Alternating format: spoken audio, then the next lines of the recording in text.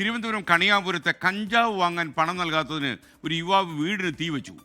ആമിന ഷാജഹാൻ ദമ്പതികളുടെ വീടിനാണ് തീയിട്ടത്. അമീനയുടെ സഹോദരി മകൻ ഫൈസലാണ് ഈ യുവാവ്. വിനേഷ് കുമാർ തിരുവനന്തപുരത്ത് ഈ വാർത്തയുടെ അപ്ഡേറ്റുമായി ചേരുകയാണ്. വിനേഷ് കുമാർ, എന്തൊക്കെയാണ് നാട്ടിൽ സംഭവിക്കുന്നത്? Good morning.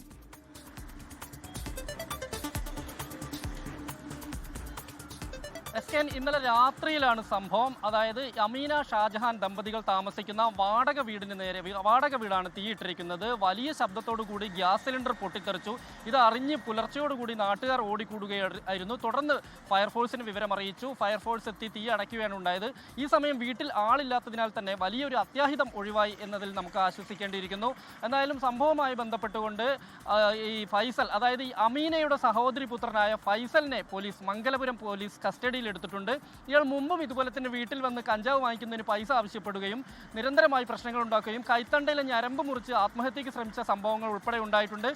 ഈ 28-കാരനായ ഫൈസൽ കഞ്ചാവിന് അഡിക്റ്റ് ആണ് എന്നുള്ളതാണ് ഇപ്പോൾ കുടുംബവും മറ്റു ആളുകളും എല്ലാം തന്നെ പറഞ്ഞുകൊണ്ടിരിക്കുന്നത്.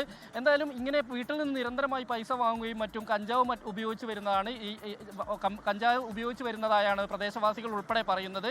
കഴിഞ്ഞ ദിവസം ഇതുപോലെ തന്നെ കഞ്ചാവ് വാങ്ങുന്നതിന് വേണ്ടി പണം ആവശ്യപ്പെട്ടെങ്കിലും ഇത് നൽകാൻ ഈ അമീനയോ ഷാജഹാനോ തയ്യാറായിരുന്നില്ല. ഇതേ തുടർന്നാണ് വീട്ടിൽ തീയിട്ടിരിക്കുന്നത്. എന്തായാലും വീട്ടിനുള്ളിലെ സാധനങ്ങൾ പൂർണ്ണമായി കത്തി നശിച്ചിട്ടുണ്ട്. ലക്ഷക്കണക്കിന് രൂപയുടെ നഷ്ടം കണക്കാക്കുന്നുണ്ട്. SKN.